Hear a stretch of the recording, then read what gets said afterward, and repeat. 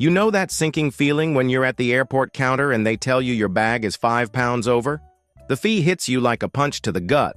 50, sometimes $100 just because you packed wrong. I've been there more times than I care to admit, and it always felt so random and unfair.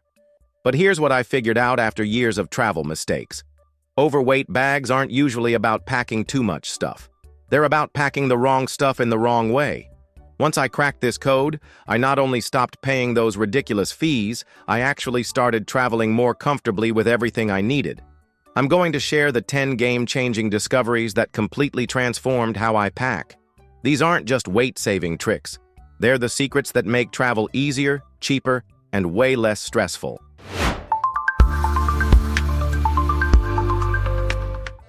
Discovery number 1.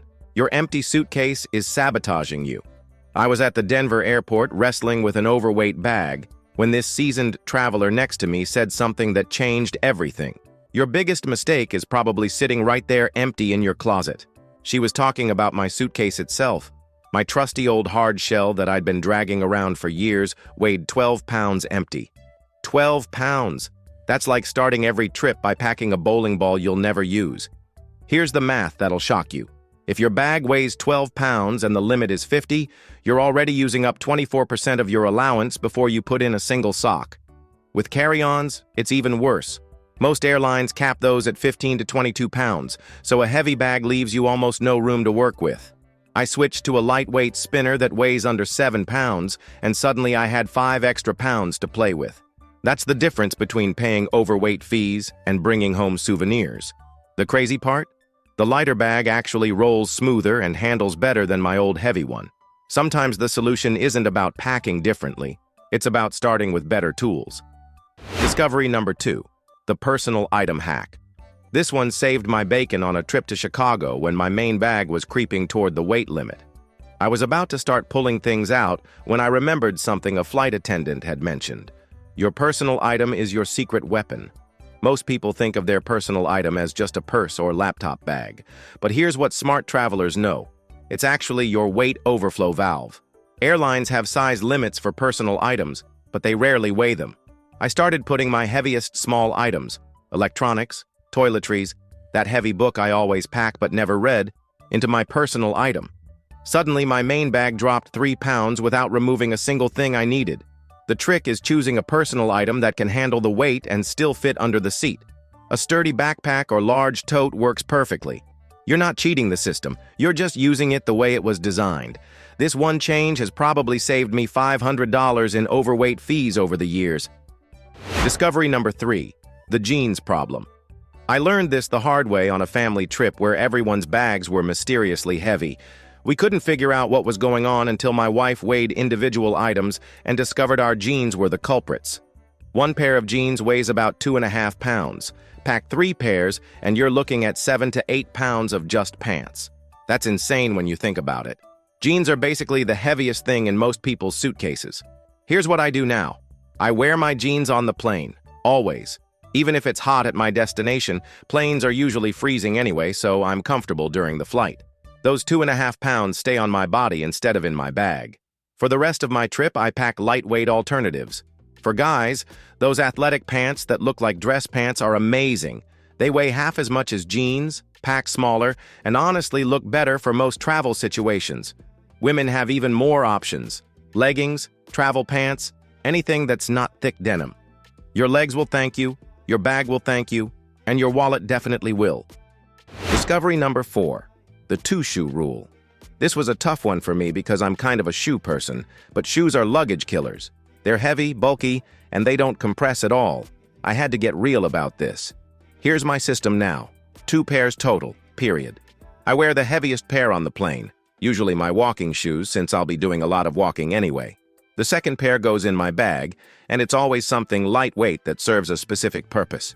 For vacation trips, that second pair might be sandals or dressier flats. For business travel, it's usually dress shoes that can work for meetings but still be comfortable for walking. The key is making sure both pairs can handle multiple situations. Those chunky hiking boots might be great for one specific day, but if you're not hiking every day, they're just dead weight taking up valuable space. I know it sounds limiting, but here's what's funny. I've never been in a situation where I actually needed more than 2 pairs of shoes. And the weight savings are huge. We're talking 4 to 6 pounds easy. Discovery number 5, the laundry game changer. Okay, I know what you're thinking. Do laundry on vacation? That's crazy.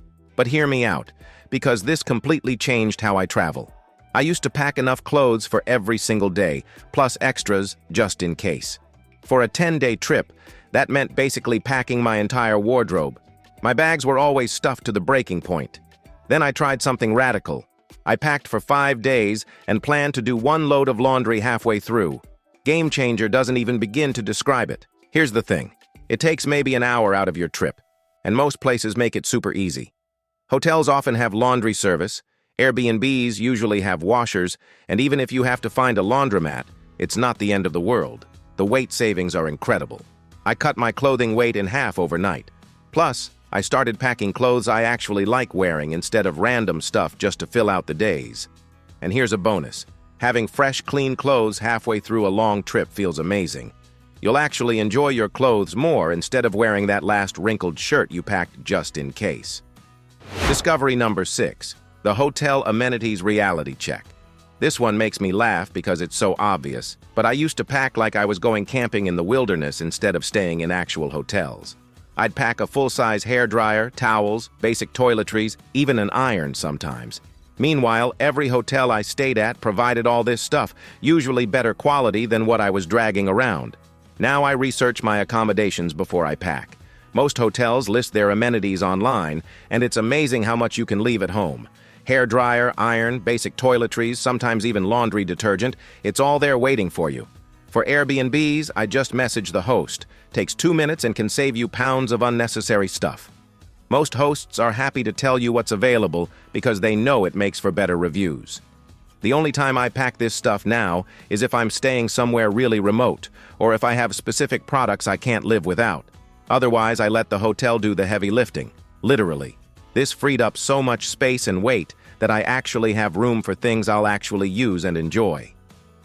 Discovery number 7, the fabric strategy. I stumbled onto this during a business trip where I made a huge packing mistake. I chose all the wrong fabrics, thick cotton everything, and my bag was way heavier than it should have been. Different fabrics weigh completely different amounts, and most people never think about this. A thick cotton sweater might weigh 2 pounds, while a merino wool sweater that's just as warm weighs less than a pound. Here's what I learned. Synthetic athletic wear and merino wool are your best friends for travel. They're lighter, they pack smaller, they don't wrinkle as much, and they dry faster if you need to wash them. Plus, and this is huge, they don't hold on to smells the way cotton does. That means you can wear them more times before washing, which means you can pack fewer items total. I'm not saying you need to spend a fortune on fancy travel clothes, but paying attention to fabric weight when you're buying travel clothes is smart. That heavy cotton hoodie might be comfortable at home, but it's a luggage killer. Even simple swaps make a difference. Lightweight cotton instead of thick cotton, synthetic blends instead of 100% natural fibers. Your bag will thank you. Discovery number 8, the electronics reality check. This one hit me during a tech conference where I was carrying way too many gadgets. I had packed like I was going to be completely cut off from civilization, when really I was staying in downtown Seattle with a Best Buy across the street. Here's what I realized. Most of us pack electronics based on worst-case scenarios that never actually happen. Multiple chargers for the same device, backup batteries for devices that last days, cables for every possible situation. Now I pack electronics based on what I'll actually need, not what I might possibly need in some crazy scenario. 1 charger per device, unless it's truly critical. 1 power bank that can handle my phone a few times, and only the cables I know I'll use. The weight savings add up fast because electronics are dense and heavy. Plus, if I really do need something specific, I can usually buy it when I get there for less than I'd pay in overweight baggage fees. I also learned to use my phone for more things. Instead of packing a separate camera, e-reader, music player, and GPS, my phone does it all. Less weight, less stuff to keep track of, less chance of forgetting something important. Discovery number 9, the what-if trap. This discovery came from watching my own packing behavior and realizing I was making decisions based on fear instead of logic. What if it's cold? What if it rains? What if I need something fancy? What if? All those what-ifs add up to a lot of extra weight for situations that rarely happen. I started asking myself a different question. What's the actual probability I'll need this, and what happens if I don't have it? Most of the time, the answer was, pretty low probability, and I can figure it out if it happens. Now I pack for the weather I know I'll encounter and the activities I've actually planned. If something unexpected comes up, I can adapt. The money I save on baggage fees more than covers buying something I truly need when I get there. This mindset shift cut my packing weight by probably 20% and made me a much more flexible traveler. Plus, I spend way less time deciding what to pack because I'm not trying to prepare for every possible scenario. Discovery number 10. The pre-flight prep. Here's the discovery that ties everything together. Weighing your bag at home before you leave. Sounds simple, right? But most people skip this step and end up surprised at the airport. I bought a cheap luggage scale, cost me $15, and it saved me hundreds in overweight fees. I weigh my bag after I finish packing, and if it's over, I have time to fix it in the comfort of my own home instead of frantically repacking at the airport counter with a line of annoyed people behind me. But here's the advanced move. I also pack a few items that I'd be okay leaving behind if needed. A sweater I don't love, an extra pair of shoes that aren't essential, some toiletries I could replace. If somehow my bag ends up overweight despite my prep, I can quickly remove these sacrifice items without ruining my trip. I also learned to pack smart for the return trip. I leave a little weight buffer for souvenirs and things I might pick up. Nothing worse than having to throw away stuff you just bought because your return bag is too heavy. Those are the 10 discoveries that completely transformed my relationship with luggage weight. The crazy thing is, once you get this system down, you realize you were probably carrying too much stuff anyway. Traveling lighter isn't just about avoiding fees, it makes everything easier, from navigating airports to living out of your suitcase. Have you figured out any tricks that have saved you from overweight baggage fees? Or do you have horror stories about getting hit with unexpected charges? Share them in the comments. I love hearing about other people's travel wins and disasters. Thanks for watching. If this helped you out, hit that like button and share it with anyone who's tired of paying those ridiculous baggage fees. Subscribe for more practical travel tips that actually work in the real world. Safe travels.